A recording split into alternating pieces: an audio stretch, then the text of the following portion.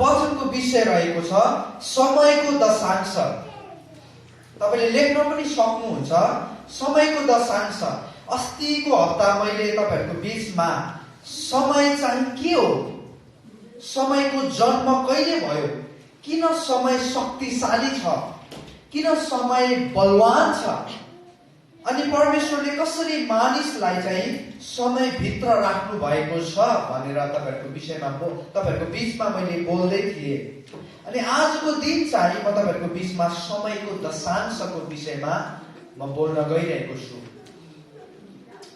किनभने हामी 2022 को सुरुवाती दिनहरुमा छौं र म तपाईहरु प्रत्येक मण्डली परिवारले यो वर्षलाई चाहिँ खेर जान नदिनुहोस् भन्ने हेतुले म बोल्दैछु। अनि परमेश्वरले मलाई यसको निम्ति अगुवाई गर्नु भएको छ। समयको दशांश। हामी अहिले 21औं शताब्दी व्यस्तताको जीवनमा जिउँदै गर्दाखेरि धेरैचोटि हामीले परमेश्वरलाई दिनुपर्ने समयको हामी नजरअन्दाज गरिरहेका हुन्छौँ, अथवा हामी त्यति धेरै त्यस विषयलाई सोच्दैनौँ। किन समयको दशांश? किन समयको दशांश? पहिले त दशांश के हो हामीले बुझ्न आवश्यक छ। अहिलेको समयमा दशांश शब्दले सकारात्मक भन्दा पनि नकारात्मक अर्थ बोकेको जस्तो भएको छ मण्डली, नेपाली मण्डलीहरुमा। अनि यो चाहिँ हाम्रै कारणले भएको हो। हामी बाइबललाई गलत रूपमा धेरैचोटि अर्थाइरहेका हुन्छौँ। धेरै इसाईहरूले दशांशलाई चाहिँ केवल विधि, परम्परा र व्यवस्थाको रूपमा मात्र हेरेको हुन्छ। उसले त्यो भन्दा अझ गहिरिएर कहिले हेरेको हुँदैन र हेर्न पनि चाहदैन। र सधैँ उसले दशांश नदिनुको कारण चाहिँ यही बताउँदछ कि विधि र परम्परा त, व्यवस्था त नयाँ करारमा खारेज भइसक्यो भनेर उसले कारण दिन्छ। के यो सत्य हो त? के यो सत्य हो त? यस्तो तर्क राख्ने व्यक्तिले अझ थप बताउँदछ कि नयाँ करारमा येशू ख्रीष्टले कहिले दशांशको विषयमा प्रचार गर्नु भएकै छैन भनेर उसले यस्तो तर्कहरू पनि राख्ने गर्दछ। प्रियहरू, वास्तवमा ख्रीष्टले केवल एकपटक मात्र दशांशको विषयमा बोल्नु भयो नयाँ करारमा। उहाँ भन्नुहुन्छ मत्ती 23:23 मा उहाँ भन्नुहुन्छ, धिक्कार तिमीहरूलाई शास्त्री र फरिसी हो ढोंगीहरू, किनकि तिमीहरू पुदिना र सुप र जिराको दशांश दिन्छौ तर व्यवस्थाका गहकिला विषयहरू अर्थात् न्याय, दया र विश्वासको अवहेलना गरेका छौ। तिमीहरूले दशांश दिने काम गर्नुपर्ने थियो अनि ती गहकिला विषयहरूको अवहेलना नगर्नु पर्ने थियो।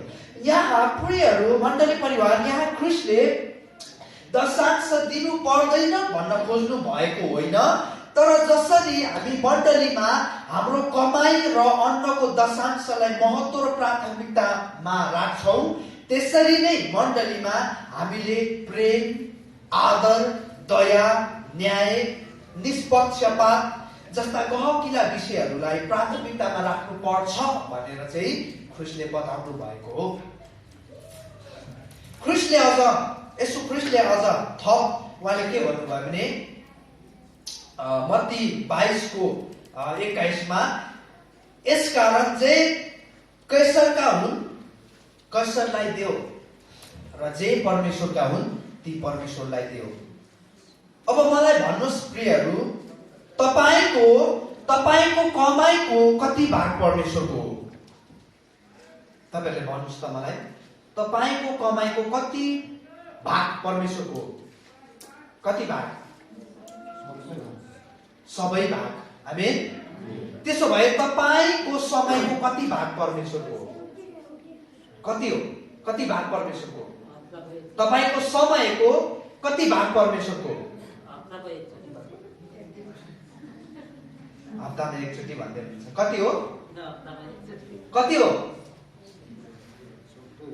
तपाईको कमाईको सबै भाग परमेश्वरको हो भने तपाईको समयको कति भाग परमेश्वरको हो? सबै भाग परमेश्वरको। आमेन। सबै भाग परमेश्वरको हो, हाम्रो केही पनि होइन। यदि यो बुझ्ने व्यक्तिले यदि मेरो कमाइको सबै भाग परमेश्वरको, मेरो सम्पूर्ण समयको भाग परमेश्वरको हो भन्ने व्यक्तिले कहिले पनि दशांश दिने कि नदिने भन्ने कुरामा कहिले पनि विवाद गर्दैन। आमेन। कहिले पनि विवाद गर्दैन।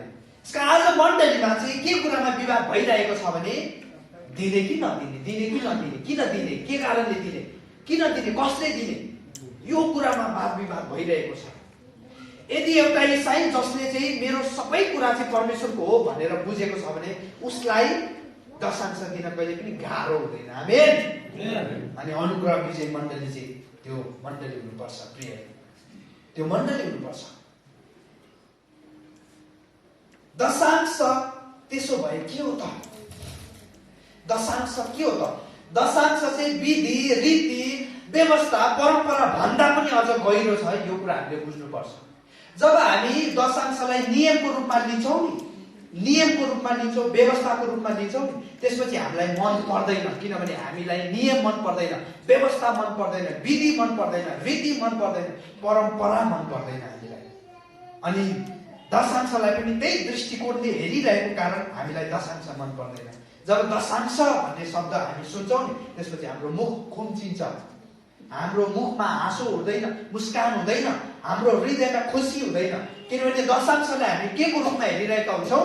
विधिको रूपमा हेरिरहेका हुन्छौँ, मण्डलीको नियमको रूपमा हेरिरहेका हुन्छौँ। प्रियहरू, यदि दशांश व्यवस्था हुँदो हो त, यदि दशांश चाहिँ विधि हुँदो हो त, यदि दशांश चाहिँ परम्परा हुँदो हो त, नयाँ करारमा साँच्चीकै दशांश हुँदैन थियो, खारेज हुन्थ्यो। तर दशांश चाहिँ व्यवस्था भन्दा पनि अझ गहिरो, अझ ठुलो, अझ महान हो। यसकारण अझै पनि दशांश अस्तित्वमा छ। त्यसो भए दशांश भनेको के हो? दशांश भनेको तपाईँले लेख्नुहोस्, दशांश परमेश्वर प्रतिको आदर र सद्भाव हो। दशांश चाहिँ परमेश्वर प्रतिको आदर हो। दशांश चाहिँ प्रेमको प्रतीक हो। तपाईँ परमेश्वरलाई कति प्रेम गर्नुहुन्छ यसको चिन्ह चाहिँ दशांश हो। अब मैले एउटा गहिरो कुरा तपाईँहरूलाई भन्दैछु। अब दशांश तपाईँ परमेश्वरलाई कति आदर र प्रेम गर्नुहुन्छ भन्ने चिन्ह हो भने तपाईँहरूको हृदयमा एउटा प्रश्न उब्जिन सक्छ। परमेश्वर त सर्वज्ञानी हुनुहुन्छ, परमेश्वरलाई सबै कुरो थाहा छ। के परमेश्वरलाई यो थाहा छैन कि परमेश्वरलाई म मनैदेखि कति माया गर्छु? के यसको लागि मैले दशांशै दिनुपर्ने हो भन्ने तपाईँको हृदयमा उब्जिन सक्छ। यो प्रश्न उब्जिन सक्छ। हो, परमेश्वर सर्वज्ञानी हुनुहुन्छ र परमेश्वरलाई सबै कुरो थाहा छ। थ्योरेटिकल्ली, सैद्धान्तिक रूपमा उहाँलाई सबै कुरो थाहा छ। तर अनुभवको हिसाबमा प्र्याक्टिकल्ली त्यहाँ त्यस्ता केही कुराहरू छन् जुन परमेश्वरलाई पनि थाहा छैन। अब मैले एउटा गहिरो कुरो तपाईँहरूलाई भन्दैछु है, तपाईँहरूको हृदयमा, तपाईँहरूको मस्तिष्कमा धक्का लाग्ने कुरा मैले भन्दैछु। मलाई ध्यान दिनुहोस्, परमेश्वर सर्वज्ञानी हुनुभएको कारण उहाँलाई सबै कुरो थाहा छ, थ्योरेटिकल्ली, सैद्धान्तिक रूपमा। तर प्र्याक्टिकल्ली, अनुभवको हिसाबमा उहाँलाई त्यहाँ त्यस्ता केही कुराहरू थाहा छैन। जस्तो तपाईँले परमेश्वरलाई प्रश्न गर्नुभयो, परमेश्वर पिता पाप गर्दा कस्तो अनुभव हुन्छ भनेर तपाईँले परमेश्वरलाई सोध्नुभयो भने परमेश्वरलाई थाहा छैन त्यसको अनुभव, किनकि उहाँले कहिले पनि पाप गर्नु भएको छैन। यसकारण उहाँलाई थाहा छैन त्यसको अनुभव कस्तो हुन्छ। यसकारण जब तपाईँ दशांश ल्याउनुहुन्छ नि, परमेश्वरलाई थाहा पनि हुन्छ र परमेश्वरलाई अनुभव पनि हुन्छ कि तपाईँ परमेश्वरलाई कति प्रेम गर्नुहुन्छ। आमेन। परमेश्वरलाई थाहा छ तपाईँ उहाँलाई कति प्रेम गर्नुहुन्छ, परमेश्वरलाई थाहा छ पहिले नै। तर जब तपाईँ दशांश ल्याउनुहुन्छ नि, परमेश्वरलाई अनुभव पनि हुन्छ। आमेन। परमेश्वरलाई अनुभव पनि हुन्छ, ओहो मेरो छोरा, मेरो छोरीले मलाई कति प्रेम गर्दो रहेछ, अब चाहिँ मलाई साँच्चै अनुभव भयो भनेर उहाँलाई थाहा हुन्छ। प्रियहरू, आगोले पोल्छ, हामीलाई थाहा छ। तर त्यति बेलासम्म हामीलाई अनुभव हुँदैन जति बेला साँच्चीकै हामीलाई आगोले पोल्दैन। यसकारण परमेश्वरले जब अब्राहमलाई भन्नुभयो, तेरो पुत्र, तेरो छोरोलाई चाहिँ मेरो निम्ति होम बलि गर भनेर जब परमेश्वरले आज्ञा गर्नुभयो, अब्राहमले त्यो आज्ञालाई चाहिँ सिरोपर गरेर उसले कठिन निर्णय लिएर चाहिँ त्यो मोरियाको डाँडामा पुग्छ। अनि मोरियाको डाँडामा चाहिँ जब अब्राहमले चाहिँ आफ्नो एकमात्र छोरो, बुढेसकालको छोरो, वृद्ध अवस्थाको छोरोलाई चाहिँ परमेश्वरको निम्ति बलि दिनको निम्ति तयार हुन्छ, दशांश दिनको निम्ति तयार हुन्छ, त्यो कठिन निर्णय लिनको निम्ति ऊ तयार हुन्छ, तब परमेश्वरले के भन्नुहुन्छ? उत्पत्ति 22:12 मा परमेश्वरले के भन्नुहुन्छ? अब मलाई थाहा पाए, अब मैले थाहा पाएँ, अब मलाई थाहा भयो तैले परमेश्वरको भय मान्दो रहेछस्, किनकि तेरो एकमात्र छोरो पनि मबाट तैले रोकेर राखिनस्। अब परमेश्वरले यहाँ के भन्दै हुनुहुन्छ त? अब मैले अनुभव गरेँ, अब मैले थाहा पाएँ, अब साँच्चै मैले अनुभव गरेँ कि तैले मलाई धेरै प्रेम गर्दो रहेछस्, धेरै प्रेम गर्दो रहेछस्। प्रियहरू, हप्ताको एक दिन शनिबार 2 घण्टाको लागि मण्डली आएर परमेश्वरलाई थाहा हुँदैन तपाईँ परमेश्वरलाई कति प्रेम गर्नुहुन्छ, थाहा हुँदैन। हप्ताको एक दिन 2 घण्टाको लागि त्यही पनि ढिलो आएर अरू आराधनामा मग्न भएर तपाईँ लुसुक्क मण्डली छिर प्रभु थाहा गर्नुहोस् न म तपाईँलाई कति प्रेम गर्छु भनेर परमेश्वरलाई थाहा हुँदैन, थाहा हुँदैन। परमेश्वरलाई हामीले थाहा दिनुपर्छ प्रियहरू, परमेश्वरलाई हामीले थाहा दिनुपर्छ कि हामी उहाँलाई कति प्रेम गर्छौँ। हाम्रो परमेश्वर चाहिँ प्रेम चाहिँ कार्यमा प्रकट भएको प्रेमलाई चाहिँ उहाँले विश्वास गर्नुहुन्छ, लभ इन एक्सन भनिन्छ। यसकारण याकुबले के भन्नुभयो? तिमीहरूको प्रेम चाहिँ केमा प्रकट होस् अरे? कार्यमा प्रकट होस्। हाम्रो परमेश्वर चाहिँ हाम्रो प्रेम चाहिँ कार्यमा प्रकट भएको चाहनुहुन्छ। अनि परमेश्वरले पनि आफ्नो प्रेम चाहिँ कार्यमा प्रकट गरेर देखाउनु भयो। बाइबलले के भन्छ? उहाँले चाहिँ एकलौटे पुत्र चाहिँ हाम्रो निम्ति दिनुभयो। यसकारण तपाईहरू भ्रममा हुनुहुन्छ यदि तपाईहरूले यो विश्वास गर्दै हुनुहुन्छ, यो भरोसा गर्दै हुनुहुन्छ कि परमेश्वर चाहिँ हाम्रो समयको 10 भागमा 1 भागको मात्र उहाँ चाहिँ के हुनुहुन्छ, उहाँ चाहिँ लायक हुनुहुन्छ भनेर तपाईले बुझिरहनु भएको छ भने तपाईँ भ्रममा हुनुहुन्छ। यदि तपाईले अझै पनि यो कुरामा विश्वास गर्दै हुनुहुन्छ कि मेरो कमाइको 10% मात्र मेरो परमेश्वरको हो भनेर तपाईँ विश्वास गर्दै हुनुहुन्छ, तपाईँ भ्रममा हुनुहुन्छ। तपाईँको कमाइको 100% नै परमेश्वरको हो। आमेन। तपाईँको समयको 100% नै परमेश्वरको हो। यसका आज तपाईँले लेखिराख्नुहोस्, आज तपाईँले बुझिराख्नुहोस् र यो 2022 को सुरुवातमा तपाईँले यो कुरा कहिले पनि नबिर्सनुहोस्। भजन सङ्ग्रह 24 को 1 जसरी तपाईँले याद गर्नु भएको छ, पृथ्वीमा र त्यसमा भएका यावत जो जे जति छन् सबै कसको हुन्? परमप्रभुकै हुन् भने जस्तै तपाईँको जीवन, तपाईँको समय, तपाईँको कमाई, तपाईँको हरेक चाहिँ परमेश्वरको हो। यसकारण यदि हामी 10% दिएको छौँ भने गमक्क परेर त्यो बाँकी 90% लाई चाहिँ तपाईँले दुरुपयोग गर्दै हुनुहुन्छ भने त्यसको दण्ड तपाईँको जीवनमा, तपाईँको परिवारमा, तपाईँको मण्डलीमा, तपाईँको सम्प्रदायमा आउँछ। यसकारण प्रियहरू, हामीले हाम्रो समयलाई कसरी सदुपयोग गर्दैछौँ, कसरी प्रयोग गर्दैछौँ, 2021 लाई हामीले कुन क्षेत्रमा लगानी गर्यौँ, कसरी हामीले परिचालन गर्यौँ, कसरी हामीले त्यसलाई सदुपयोग गर्यौँ, यो तपाईँले सोचेर चाहिँ 2022 लाई सुरुवात गर्नु चाहिँ अति नै उत्तम हुन्छ। समयको दशांश परमेश्वरको निम्ति नभएर हाम्रो निम्ति हो। तपाईँले लेख्नुहोस्, दशांश चाहिँ परमेश्वरको निम्ति होइन, दशांश चाहिँ हाम्रो निम्ति हो। तपाईँको 10% परमेश्वरलाई चाहिँदैन, उहाँलाई कहिले पनि आवश्यकता थिएन। तपाईँ अस्तित्वमा नहुँदाखेरि नै परमेश्वर अस्तित्वमा हुनुहुन्थ्यो। यसकारण हाम्रो दशांशको परमेश्वरलाई कुनै पनि आवश्यकता छैन है। न हाम्रो परमेश्वर भोकाउनुहुन्छ, न हाम्रो परमेश्वरलाई चिसो हुन्छ, न गर्मी हुन्छ, न उहाँलाई केही कुराको आवश्यकता छ। यसकारण हाम्रो यदि हामी यो विश्वास गर्छौँ कि मेरो दशांश चाहिँ मैले परमेश्वरलाई दिएको हो भनेर हामी विश्वास गर्छौँ भने त्यो गलत हो। त्यो दशांश चाहिँ खासमा वास्तवमै परमेश्वरको लागि नभएर हाम्रै निम्ति हो। परमेश्वरलाई हाम्रो समयको आवश्यकता छैन। हामीले उहाँलाई समय नदिँदा पनि उहाँ अस्तित्वमा हुनुहुन्थ्यो, हुनुहुन्छ र हुनुहुनेछ। तर हामीलाई चाहिँ उहाँको समयको आवश्यकता छ। आमेन। परमेश्वरलाई हाम्रो उपस्थितिको आवश्यकता छैन, तर उहाँको उपस्थिति चाहिँ हामीलाई आवश्यकता छ। यसकारण हामी दशांश चाहिँ परमेश्वरलाई होइन, तर हाम्रै निम्ति चाहिँ दिन्छौँ। परमेश्वरलाई हाम्रो उपस्थितिको आवश्यकता छैन, तर उहाँको उपस्थिति चाहिँ हामीलाई आवश्यकता छ। यदि यदि यदि यो मण्डली भवनमा टनाटन खुट्टा टेक्नै नसक्ने गरी मानिस भरिएको छ, तर त्यहाँ परमेश्वरको उपस्थिति छैन भने हामी चाहिँ त्यो चितवनमा भेला भएको भिड जस्तो मात्र हुन्छ, जसको कुनै पनि उद्देश्य छैन, कुनै पनि अस्तित्व छैन। यसकारणले गर्दाखेरि हामीलाई चाहिँ परमेश्वरको उपस्थितिको आवश्यकता छ। आमेन। मैले अस्ति पनि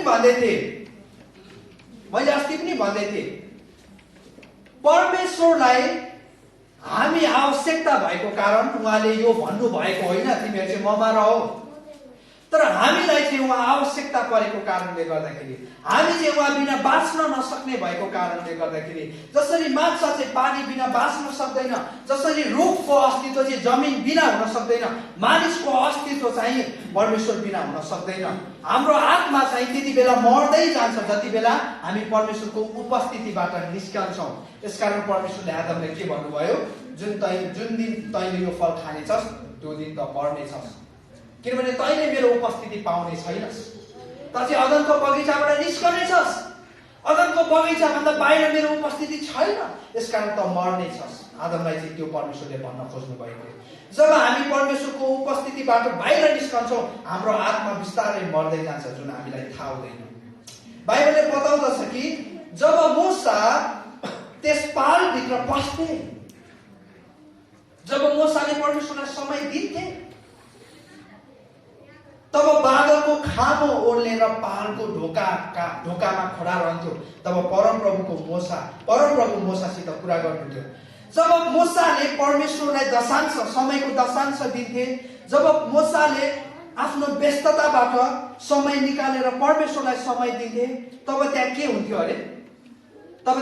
अरे? परमेश्वरले पनि मूसालाई के दिनुहुन्थ्यो? आफ्नो समय दिनुहुन्थ्यो, आफ्नो उपस्थिति दिनुहुन्थ्यो। हेर्नुहोस् है, मानिस परमेश्वरको उपस्थिति बिना बाँच्न सक्दैन भनेपछि हामीलाई परमेश्वरको उपस्थितिको आवश्यकता छ। हामी परमेश्वरको उपस्थिति कसरी प्राप्त गर्न सक्दो रहेछौँ? जब हामी उहाँलाई समयको दशांश दिन्छौँ। वाउ, हेर्नुहोस् त सर्कल, त लाइफ साइकल जस्तै। हामी बाँच्नको लागि परमेश्वरको उपस्थिति हामीलाई चाहिन्छ। परमेश्वरको उपस्थिति पाउनको लागि हामीले के दिनुपर्ने रहेछ? फेरि समयको दशांश दिनुपर्ने रहेछ। प्रियहरू, जब मूसा, हेर्नुहोस् है, मलाई लाग्छ जब मूसा अस्तित्वमा थिए, मूसा पृथ्वीमा सबैभन्दा व्यस्त व्यक्ति थिए। आमेन। किनभने मूसाले 1,000, 1 लाख, 2 लाख मानिसलाई अगुवाई निर्देशन गरिरहेका थिए। कति लाखलाई अरे? 60 लाखलाई, 60 लाख मानिसहरूलाई चाहिँ उसले के गर्दै थिए? डोर्याउँदै थिए। अब ऊ जति व्यस्त व्यक्ति को थियो होला? बिजी पर्सन है, एकदमै बिजी पर्सन। तर पनि मूसाले के गरेको छ?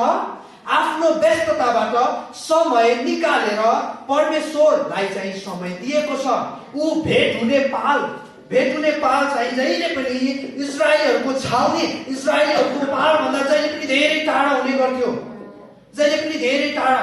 किन टाढा हुने गर्थ्यो? ताकि म परमेश्वरसँग कुराकानी गर्दै गर्दा मलाई कुनै पनि कुराले बाधा अवरोध नदियोस् भन्ने हेतुले चाहिँ मूसाले भेट हुने पाल चाहिँ जहिले पनि इजरायलीहरूको पाल, इजरायलीहरूको छाउनीभन्दा जहिले पनि टाढा बनाएर राखेका थिए। प्रियहरू, हेर्नुहोस्, मूसा त्यतिकै सफल व्यक्ति भएको होइन। मूसाले कसरी परमेश्वरलाई पहिलो जीवनमा प्राथमिकतामा राखेका थिए, कसरी परमेश्वरलाई समय दिएका थिए। आज अनुग्रह विजय मण्डलीले यो सिद्धान्तलाई सिक्नै पर्छ। हामी धेरैचोटि भन्छौँ, प्रभु मेरो किन कुरा सुन्नुहुन्न, तपाईँ मेरो आवाज किन सुन्नुहुन्न, मेरो प्रार्थना किन सुन्नुहुन्न? के हामीले कहिले त्यो वातावरण क्रिएट गरेका छौँ? कहिले हामीले त्यो माहौल सृजना गरेका छौँ? हामीले कहिले परमेश्वरसँग व्यक्तिगत रूपमा समय बिताएका छौँ? अनि कसरी हामी भन्न सक्छौँ परमेश्वरले मेरो आवाजै सुन्नुहुन्न, मेरो प्रार्थनै सुन्नुहुन्न? हामी आफैले त्यो वातावरणै बनाएका छैनौँ। अब यहाँ के भयो हेर्नुहोस्, मोसाले जब यो भेट हुने पाल खडा गरे अनि परमेश्वरसँग समय बिताउँथे, हामी यहाँ दुईटा सिद्धान्तलाई, एउटा सिद्धान्तलाई देख्न सक्छौँ। जब जब मोसा परमेश्वरलाई समय दिन मानिसहरूको भिडदेखि टाढा भेट हुने पालमा जान्थे, तब परमेश्वरले पनि मोसालाई समय दिनुहुन्थ्यो र बादलको खाबो भई मोसाको सामु उपस्थित दिनुहुन्थ्यो, आफ्नो उपस्थिति दिनुहुन्थ्यो। बाइबलले अझ थप बताउँदछ कि परप्रभु, अब हेर्नुहोस् है, अब हेर्नुहोस् यहाँ ध्यान दिनुहोस्, परप्रभु मोसासित यसरी आम्ने सामने कुरा गर्नुहुन्थ्यो 11 पदमा, जसरी कोही आफ्ना मित्रसित कुरा गर्दछ। वाह, हेर्नुहोस् त, पावरफुल प्रिन्सिपल, पावरफुल सिद्धान्त। जब हामी परमेश्वरलाई समय दिन्छौँ नि, परमेश्वर र हामी बीच कस्तो कुराकानी हुन्छ अरे, कस्तो बातचित हुन्छ अरे, एउटा मित्रसँग आम्ने सामने कुराकानी भएको जसरी। यहाँ मोसाले आफ्नो कुरा राखे, परमेश्वरले सुन्नुभयो, परमेश्वरले आफ्नो कुरा राख्नुभयो, मोसाले सुने। कस्तो राम्रो वातावरण छ हेर्नुहोस् त। तपाईँले आफ्नो घरमा यस्तो वातावरण कहिले क्रिएट गर्नुभएको छ, कहिले सृजना गर्नुभएको छ कि तपाईँको घरमा त्यो थाल अनि डाडुको मात्र आवाज आउँछ? त्यति मात्रै हो? त्यसो भए आजै गएर तपाईँले पश्चाताप गर्नुहोस्, तपाईँले त्यो वातावरणलाई सृजना गर्नुहोस् जुन वातावरणमा परमेश्वर आएर तपाईसँग कुराकानी गर्न सक्नुहुन्छ, तपाईँले परमेश्वरको कुरा सुन्न सक्नुहुन्छ, तपाईँको कुरा परमेश्वरले सुन्न सक्नुहुन्छ है। जहिले पनि कल्याङ कल्याङ कल्याङ कल्याङ कल्याङ मात्र आवाज तपाईँको घरमा गुन्जिरहेको छ भने त्यहाँ परमेश्वरले तपाईँको बीचमा कसरी कुरा गर्न सक्नुहुन्छ, परमेश्वरको उपस्थिति तपाईँले कसरी महसुस गर्न सक्नुहुन्छ, परमेश्वरको आवाजलाई तपाईँले कसरी महसुस गर्न सक्नुहुन्छ, कसरी तपाईँले अनुभव गर्न सक्नुहुन्छ परमेश्वरको उपस्थितिलाई प्रियहरू, कसरी? यसकारण भेट हुने पाल आजै गएर निर्माण गर्नुहोस्। आमेन। तपाईँले छेउको साथीलाई भन्नुहोस्, भेट हुने पाल निर्माण गर्नुहोस्, भेट हुने पाल निर्माण गर्नुहोस्। वाउ, घर चाहिँ प्रेम त्यति बेला घर हुन्छ, घर चाहिँ प्रेम त्यति बेला घर हुन्छ जुन घरमा चाहिँ परमेश्वरको उपस्थिति हुन्छ। आमेन। अनि त्यो उपस्थिति चाहिँ भेट हुने पाल निर्माण गरिसके पश्चात मात्रै हुन्छ। भेट हुने पाल निर्माण गर्नै पर्छ। मण्डली त्यति बेला मण्डली हुन्छ जति बेला मण्डली भित्र भेट हुने पाल निर्माण भएको हुन्छ प्रियहरू। परिवार त्यति बेला परिवार हुन्छ, घर त्यति बेला घर हुन्छ जति बेला भेट हुने पाल चाहिँ हामीले निर्माण गरेका हुन्छौँ र त्यो भेट हुने पालमा चाहिँ परमेश्वरको उपस्थितिले ढाकिएको हुन्छ। त्यहाँ जे पनि हुन्छ प्रियहरू, शान्तिमा हुन्छ, प्रेममा हुन्छ, एकतामा हुन्छ, मिलापमा हुन्छ। त्यो घर चाहिँ अनि साँच्चीकै डाँडामाथि बसालिएको घर हुन्छ। आमेन। साँच्चीकै डाँडामाथि बसालिएको घर हुन्छ। त्यो घरलाई देख्नेहरू चाहिँ अचम्मित हुन्छ, यो घरमा कति प्रेम छ, यो घरमा कति मिलाप छ, यो घरमा कति शान्ति छ, आशिष छ, यो घर चाहिँ एउटा असल घरको नमुना हो भनेर चाहिँ मानिसहरूले तपाईँको घरलाई, तपाईँको परिवारलाई चाहिँ उदाहरणको रूपमा चाहिँ लिनेछन् प्रियहरू। जब यो सबै त्यति बेला हुन्छ जति बेला हामी परमेश्वरसँग समय बिताउँछौँ। येशू ख्रीष्टको जीवनीलाई हेरेर हामीले नयाँ वर्षको सुरुवात गर्नुपर्छ। येशू ख्रीष्टले के गर्नुहुन्थ्यो अरे? तपाईँले यो भर्स कहिले रिपिट गरेको सुन्नु भएको छ? बिहान उज्यालो हुनुभन्दा धेरै अघि सखारै, अझ सखारै भन्ने शब्द मलाई साह्रो मनपर्छ, उठेर उहाँ बाहिर एकान्त ठाउँमा जानुभयो र त्यहाँ प्रार्थना गर्नुभयो भन्ने शब्द, भन्ने पदलाई तपाईँले खण्डलाई कहिले तपाईँले महसुस गर्नुभएको छ, अनुभव गर्नुभएको छ? येशू ख्रीष्ट सखारै उठेर चाहिँ उहाँ परमेश्वरसँग, परमेश्वर पितासँग समय बिताउनुहुन्थ्यो एकान्तमा। अब तपाईँले एकान्त ठाउँ खोज्नको लागि परिवार छोडेर जङ्गलतिर जानु पर्दैन। तपाईँ बिहानै 5 बजे उठ्नुहोस् न। अहिले त जाडो महिना छ, कोही पनि उठेको हुँदैन। त्यति बेला तपाईँले भेट हुने पाललाई निर्माण गर्न सक्नुहुन्छ। तपाईँले परमेश्वरको उपस्थितिलाई महसुस गर्न सक्नुहुन्छ। तपाईँले त्यो अनुभूति गर्नुहुन्छ, तपाईँले त्यो अनुभव गर्नुहुन्छ।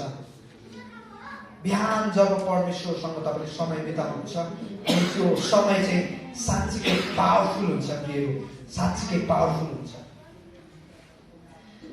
जब मोसाले परमेश्वरलाई समयको दशांश दिए, परमेश्वरले मोसालाई त्यो भन्दा दोब्बर दिनुभयो।